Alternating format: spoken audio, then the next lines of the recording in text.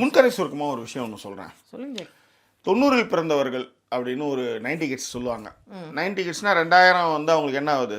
2000ல் வரும்போது என்ன ஆகுது? அவங்க வயசு 10 வயசு ஆகுது. 2010ல் அவங்களுக்கு என்ன வயசாகுது? 20 வயசு ஆகுது. 2000 இப்போ ஏறக்குறைய இப்போ 2024 போது 35 வயசு ஆகும். இன்னும் வந்து இந்த 95 இல்லை 2000ல் பிறந்துருந்தாங்கன்னு வச்சுக்கோங்களேன், அவங்க இப்போதைக்கு கல்யாணம் பண்ணி குழந்தை பார்க்குற ஒரு ஸ்டேஜுக்கு பெண்கள் வந்திருப்பாங்க ஆக்சுவலி. ஓகேவா? இப்போ 2000 கிட்ஸுக்கே வச்சுக்காங்களேன், அவங்க வந்து கல்யாணம் பண்ணி இப்போ ரெண்டு குழந்தை பெற்றிருக்கிற ஸ்டேஜ் தான் அது. 2000ல் பிறந்தாங்கன்னா இப்போ 2026. 20ல் 22ல் கல்யாணம் பண்ணால் கூட சில நேரங்களில் வந்து 25லே வந்து 2 குழந்தை பார்க்கறதுக்கான வாய்ப்புகள் இருக்குது. இப்போ இதுவே 2000ல் இல்லாமல் ஒரு 3 வருஷம் 4 வருஷத்துக்கு முன்னாடி பிறந்தாங்கனாலே 2 குழந்தை வந்திருக்கும். கண்டிப்பாக இல்லையா? ஒரு பொண்ணுடைய வீடியோ வந்து பார்த்ததுமே இந்த வீடியோ பேசணும் அப்படின்றதுக்கும், அதுவும் வந்து ஜாக்கி டிவியில் தான் அதை பற்றி நிறைய பேசணும் அப்படின்றதுக்காகவே இதில் நான் போடுறேன்.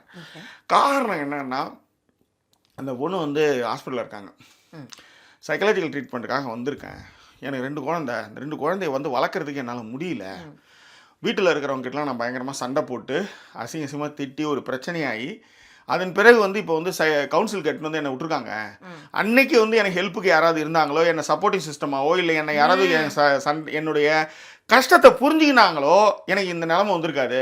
இப்போ சைக்காலஜிக்கல் ட்ரீட்மெண்ட்டுன்னு சொல்லிட்டு வந்து என்னை ஹாஸ்பிட்டலில் விட்டுருக்காங்க. நான் இப்போ ஹாஸ்பிட்டல் அறையில் இருக்கிறேன் அப்படின்னா அந்த 90 கிட்ஸில் பிறந்த ஒரு பெண் வந்து புலம்பி ஒரு வீடியோவை சமூக வலைதளங்களாம் பார்க்க முடிஞ்சுது.